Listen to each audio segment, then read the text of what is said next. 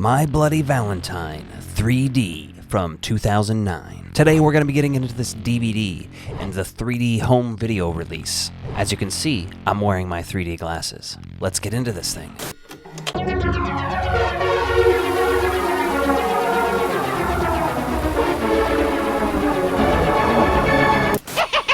Welcome back to the Ecto Violence channel. My name is Alec. Today we're talking My Bloody Valentine 3D from 2009. This is actually a movie I saw in the theaters. I remember not knowing that there was, the one from 1981 when I originally saw this. I went to the local theater. I think I saw this with my brother. And you had to wear these kind of 3D glasses. They hadn't yet switched over to, kind of sort of the modern stuff that you see occasionally still. But I remember being very pleasantly surprised. I really enjoyed the movie. And the ending, awesome. Just awesome. Now this is the DVD copy we're looking at today. It has the 3D version on one side and the 2D version on the other side of the disc. Now if you haven't seen this movie in 3D, I highly recommend at least doing it once, you know what I mean? It's worth it, it's fun. And I watched it tonight in its entirety in 3D. Now if we throw the disc in, before it gets to the menu though, there's like 8 trailers. Nothing too crazy. There's a trailer for Crank, the Jason Statham movie, which to be honest I was never a huge fan of, so And there's a trailer for A Haunting in Connecticut, which is actually a movie I need to check out again. The first time I watched it, I wasn't fully invested, and I wasn't feeling it, But I think I want to give it another shot. Then there's a trailer for the My Bloody Valentine 1981 Special Edition. There's a trailer for Transporter 3. There's a Saw 5 DVD trailer. There's a trailer for The Burrows. There's a trailer for The Seventh Moon, and then there's a weird ad for Break.com. The funniest videos on the internet or something. I don't even know what that is or why it's on here, but 2009 does have a pretty basic menu, Now, when I talk about the scenes from this, I am going to put up a side-by-side that you can see the 3D and the regular one. That way, in case you have a pair of 3D glasses lying around from something else, say you're a horror fan, a physical media person, maybe you have a copy of Freddy's Dead laying around. Or Friday the 13th 3D that has a pair of 3D glasses with it, Or something else. You can compare these. So 3D is one of those things that it never quite looks like anything's coming all the way at you. It just gives things a lot more depth. And it worked better, I'd say, on the stuff where you're not using the red and blue technology. Because to be honest, that stuff obviously just makes it really hard to watch. That was the biggest downside to watching it tonight, was definitely the green and red in these case. Which actually, it's more of like a green and pink, which makes me wonder, would red and blue even work on this? I don't know exactly how it all works, so, Also, shout out Tom Atkins. We love you. Halloween 3 is one of the greatest movies of all time.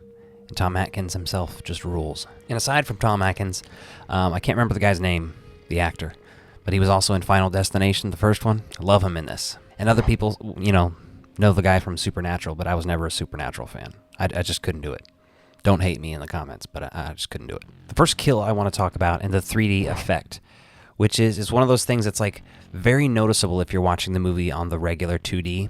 Like watching Friday the 13th 3D. You're going to be watching it, and there's going to be stuff happening that you're like, if you're not watching it in 3D, it just looks ridiculous, and you can tell it's for the 3D gimmick. What I like about this first kill is, obviously they're setting something up here. This guy jumps out, and he's like, haha, what'd you think, I was Harry Warden? And then instantly he's killed. I was not expecting the kill to happen that soon after that guy jumped out, you know what I mean? Because it actually worked as a jump scare. Your guard goes down after the first jump scare, and within 5 seconds, there's another one. And it's the pickaxe through the eye. It is beautiful. Love everything about it. Then we get the POV from the ground and the pickaxe coming down on it. And I think the eyeball kill is my favorite from this opening scene, but the shovel kill is a close second. It's fun. And in slasher movies, there's always kind of unrealistic kills. These people have superhuman powers, and it's obviously a little ridiculous, but it works and it's fun, seeing the head slide down the shovel in 3D. And then when they get in the car, the pickaxe is thrown at the windshield and you get it stuck right at you, It's great, honestly, awesome. And I obviously cannot show clips of this scene, but I will say, for a 2009 slasher, they were we gotta have a whole nudity sex scene. They're filming themselves, or at least he is filming her unknowingly because he's a piece of shit. And then she gets to run around naked in 3D, getting eventually murdered. Like in 2009, I was 18 years old, and there is nothing at the time that would have made me happier than to see boobs on a big screen in 3D. Like, I don't mean to be crass, obviously, and normally I'm not, very perverted or anything on this channel, but back then, that was an experience. The glass punch, when he's like getting in a fight at the bar, and it works like just watching it, and it's a shot like this that reminds me of the mirror shot from the beginning of the movie with the heart drawn on the mirror or whatever that is, and Tom Atkins is looking at it. Like, it works as a shot on its own, but when you have the 3D and you have that depth, it becomes this more interesting shot, I'd say. Although 9 times out of 10, I'm still going to watch this movie in 2D. I don't know if I've ever watched this on 3D at home, to be honest. Then there's a lady that's shoved in the dryer, like their housekeeper or whatever. Jesus Christ. Reminds me of Gremlins.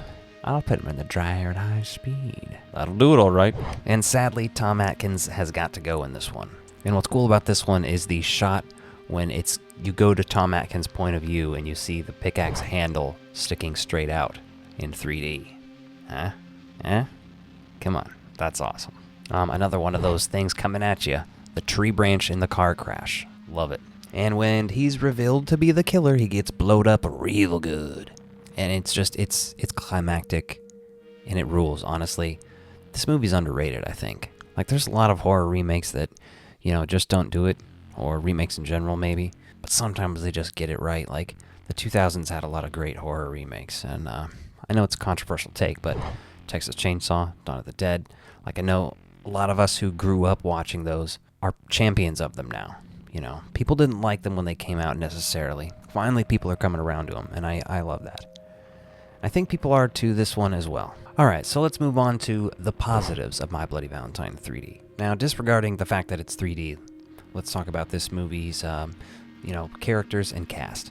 Honestly, pretty great. I have no notes. There's nobody that's bad or anything like that. And the central cast is great. I love the dynamic between the 3 leads and the eventual outcome from it, which just brings up the whole twist sort of ending here, which, it's pretty obvious if you are really looking for that. But usually when these slasher movies, you're thinking this is Harry Warden the whole time. You're not thinking it's actually him necessarily. So I love that, appreciate that. The visuals, all of the Valentine's Day visuals, like the kills, the chocolate boxes, the hearts in the chocolate boxes. Obviously, it has the original to thank for a lot of this stuff, but man, I think it did a great job. The music, I would say, is less of a positive, somewhere in the middle.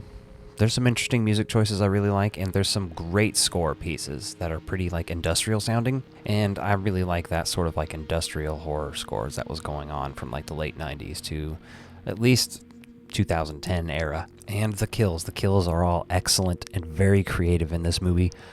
Honestly, like I was saying earlier, I listed most of these off already, but the eyeball, the pickaxe coming down at the camera, the shovel, Tom Atkins' pickaxe through the jaw, which gets ripped off, the woman in the dryer. It's good. And if we want to talk about the negatives of My Bloody Valentine 3D, there aren't going to be a lot.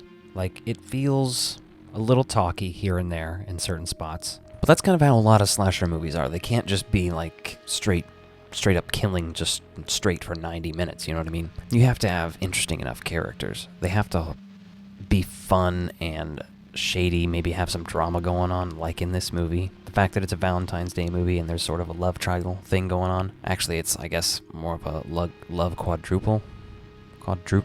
I don't know. A love square? There we go. That doesn't work either. But you know what I'm saying. It's like a soap opera. And here I am in the negative section, listing off more things I like about it, but, well, that's where we are.